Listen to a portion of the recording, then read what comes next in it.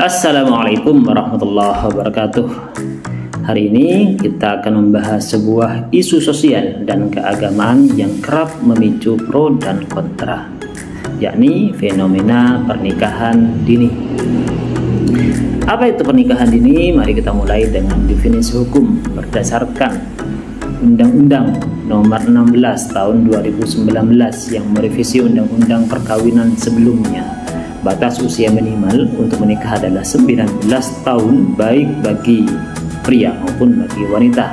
Ketentuan ini dibuat bukan tanpa alasan, melainkan sebagai bentuk perlindungan terhadap anak agar dapat menuntaskan pendidikan dasar selama 12 tahun, tumbuh sehat secara fisik dan mental, serta memiliki kesiapan sosial dan ekonomi sebelum memikul tanggung jawab rumah tangga. Jadi, ketika sebuah perkawinan dilaksanakan di bawah usia 19 tahun, maka secara hukum disebut sebagai pernikahan dini.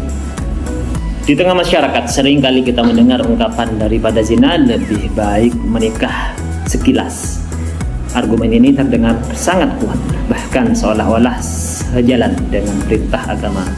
Namun, jika kita kaji lebih dalam, cara berpikir seperti ini ibarat mengobati penyakit dengan menimbulkan penyakit yang lainnya. Bayangkan, ada seorang yang sedang sakit kepala, kemudian diberi obat yang justru merusak jantungnya. Apakah ini sebuah penyelesaian? Tentu saja tidak. Begitu pula dengan menikahkan anak yang masih berada di bawah 19 tahun karena takut berbuat zina. Kekhawatiran seperti ini sangat sah dan sangat wajar, tapi solusi yang dipilih justru bisa melahirkan persoalan yang lebih besar dan lebih berat. Sekarang mari kita kupas satu persatu dampak nyata dari pernikahan ini.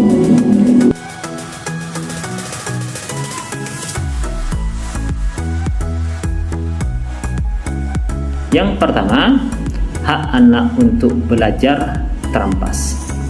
Program wajib belajar 12 tahun bertujuan memastikan setiap anak Indonesia memiliki bekal ilmu dasar.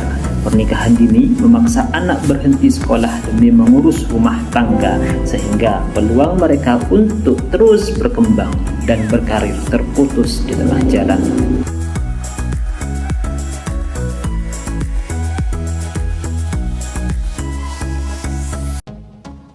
Yang kedua, generasi yang kurang terdidik. Remaja yang belum matang secara intelektual akan sulit mendidik anak-anak mereka. Akibatnya lahirlah generasi baru yang juga tidak mendapatkan pendidikan memadai, sehingga rantai masalah ini akan terus berulang.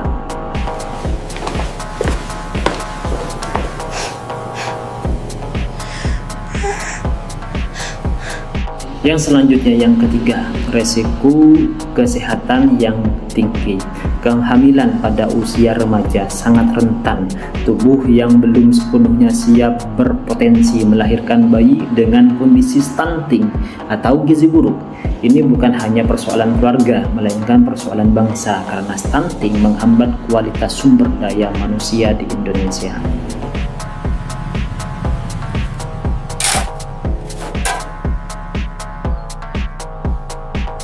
Yang keempat, kesulitan ekonomi. Di era globalisasi ini, pekerjaan semakin menuntut kualifikasi. Mereka yang menikah dini lalu berhenti sekolah akan sulit mendapatkan pekerjaan yang lebih layak. Akhirnya kehidupan ekonomi keluarga semakin terhimpit. Mas, kerja dong, jangan main game terus. Kita butuh uang buat hidup, bukan ranking game. Jadi kalah kan. Cerewet sih. Yang kelima, potensi tingginya tingkat perceraian. Ketidakmatangan emosi dan mental sering berujung pada konflik rumah tangga. Data menunjukkan bahwa angka perceraian di kalangan pasangan muda sangat tinggi. Dan kita tahu, perceraian bukan hanya memutus hubungan, tetapi juga meninggalkan luka psikologis mendalam bagi kedua belah pihak, termasuk anak-anaknya nanti.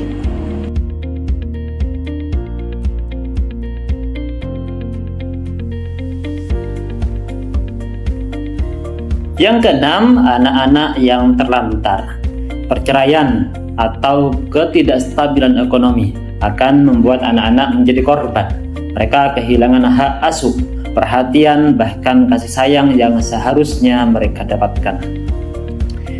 Dengan melihat semua dampak yang telah disebutkan, jelas bahwa pernikahan dini bukanlah solusi ringan untuk menghindari zina, melainkan sumber masalah baru yang jauh lebih besar.